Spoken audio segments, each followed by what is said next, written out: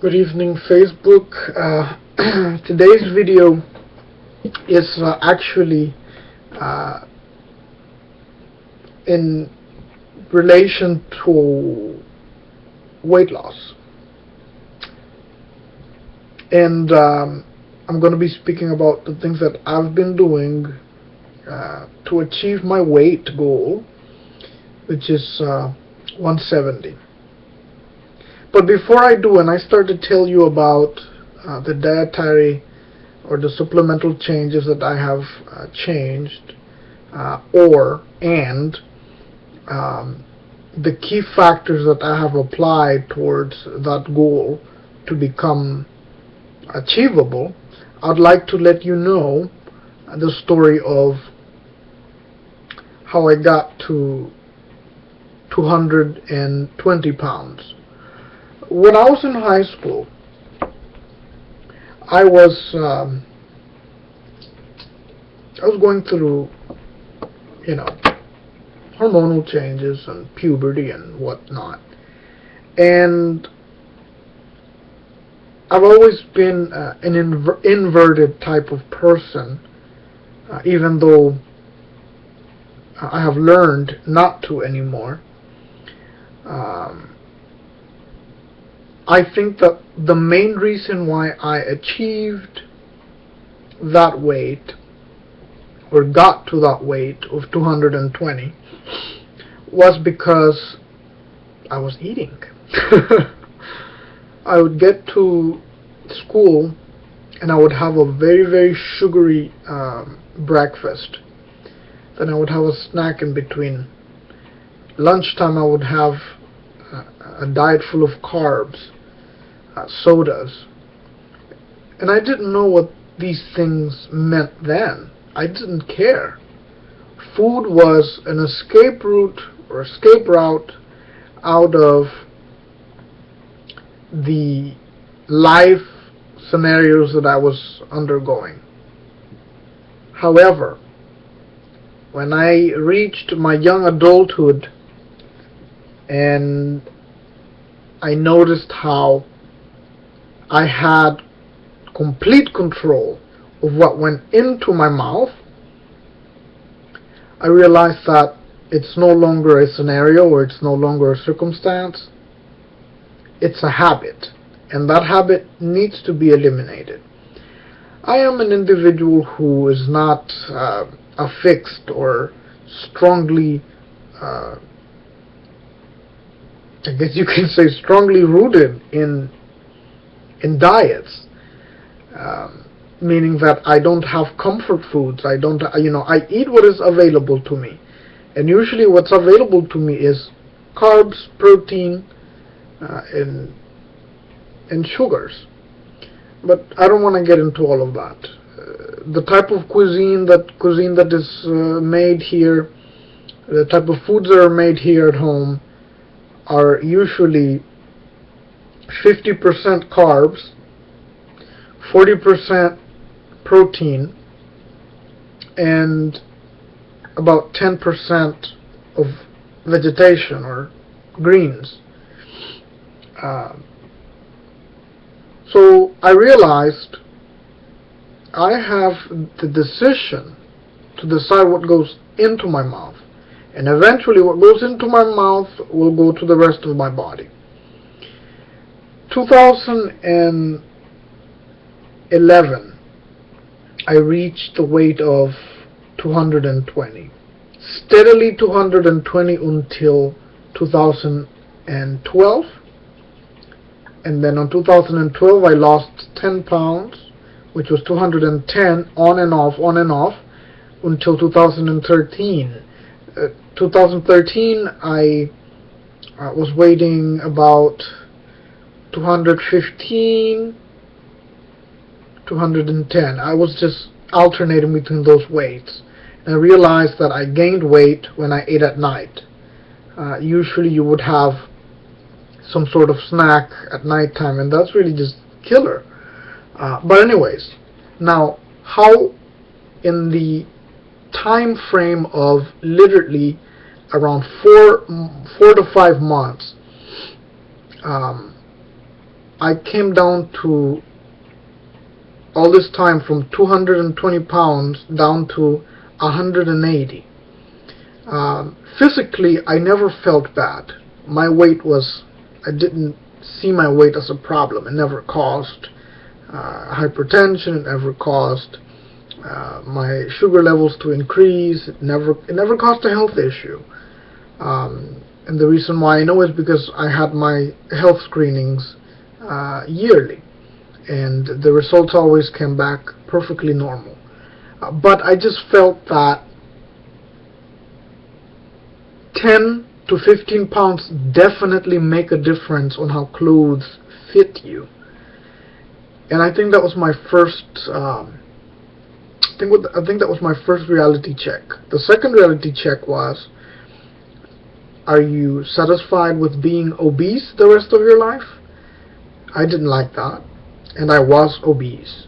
I'm just using medical terminology where you're in the right range. You're either underweight, on the right range of weight, according to BMI, your body mass index, and then there's obese, and then you have morbidly obese, and that's when you become morbidly obese. There's definitely going to be health issues. Even when you're obese, there's an increased risk for health problems.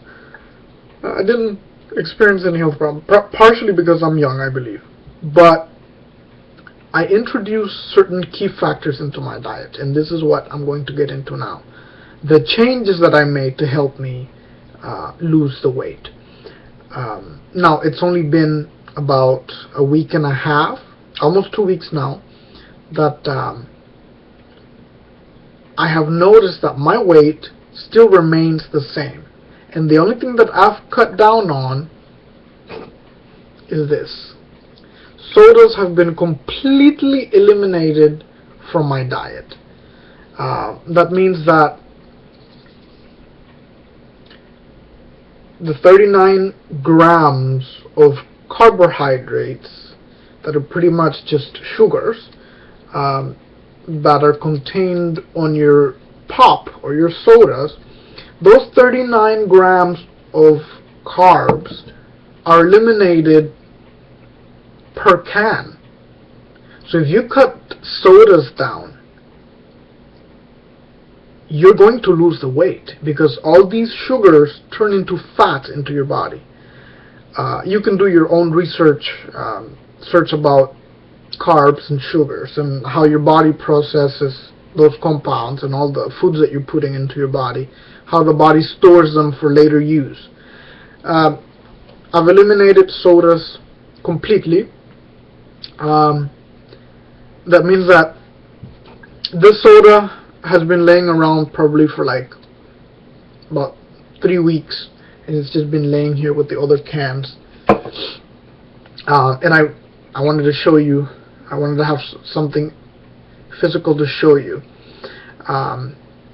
And I have introduced, instead of pops and carbonated beverages, I have replaced the same amount of the consumption per serving into tea, green tea. Now, you can also do your research about green tea and the benefits of weight loss.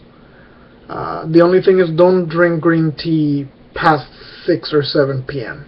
Okay? It'll keep you up at night. So trust me on that one. I have not changed my exercise routines because I don't exercise whatsoever. I eat what I want, when I want. That hasn't changed. If I feel like I need a burger, I'll go have a burger. If I feel like I want a pizza, I go and I buy a whole case of a pizza, and I will eat a whole case of pizza by myself. I have not changed any of that. Now, another thing that I have cut down on is my cravings. Sometimes in the back of your head, you have this little voice saying, "Oh my God, you just wish you had some chocolate right now, wouldn't you? You would kill for some fucking chocolate." But then, if you step back and kind of out of yourself, and you're like, bitch, do you really need some fucking chocolate right now? Or is it just the urge, kind of like to have intercourse? Do you really need to go fuck somebody right now? Or you just want to? The difference is between wants and needs. Yes, there is such a thing as your body actually asking you for something. But when your body's asking you for something, you have to learn how to tune and communicate with your brain. Your brain is craving something sweet. Okay. There is such a thing as the brain lacking sugar. Yes, that is true. And you may get an ice cream craving, or you may get a Snicker bar craving, or you may just want to get a sugary fix. That is scientifically true. Your body will ask you for what it wants and what it needs. But sometimes we make the wrong decisions into, giving our body what it's asking for. If your body's asking for sugar, it's not going to let you how much sugar it needs. It'll just let you know, hey buddy, you're low on that shug. Give me something sweet. It doesn't mean you stuff a fucking cake down your throat. Maybe you can go have an Oreo cookie. One, motherfucker, not the whole fucking thing. One Oreo cookie. Give yourself that deep pleasure of savoring it. Enjoy it. Let your body process it. And if about a half an hour you still feel that same urge, then I'm going to leave that up to you, okay? Because the amount of sugar that is in one Oreo cookie, or a sugary cracker, or a biscuit, should be sufficient. It should suffice to your body's need for a fix. But some people don't understand that. And that's pretty much all that I have changed. I'm not active. I have a job that I'm usually just sitting on my butt all day. And that's it. Now my goal is 170. I just have 10 more pounds to go. And I found that the days of the week that I do pig out, you know how you usually pig out on the weekend? I don't pig out on the weekend. I do it on a Monday or a Tuesday. So the remainder of the week, I'm able to lose that weight a lot more easier. And that's it.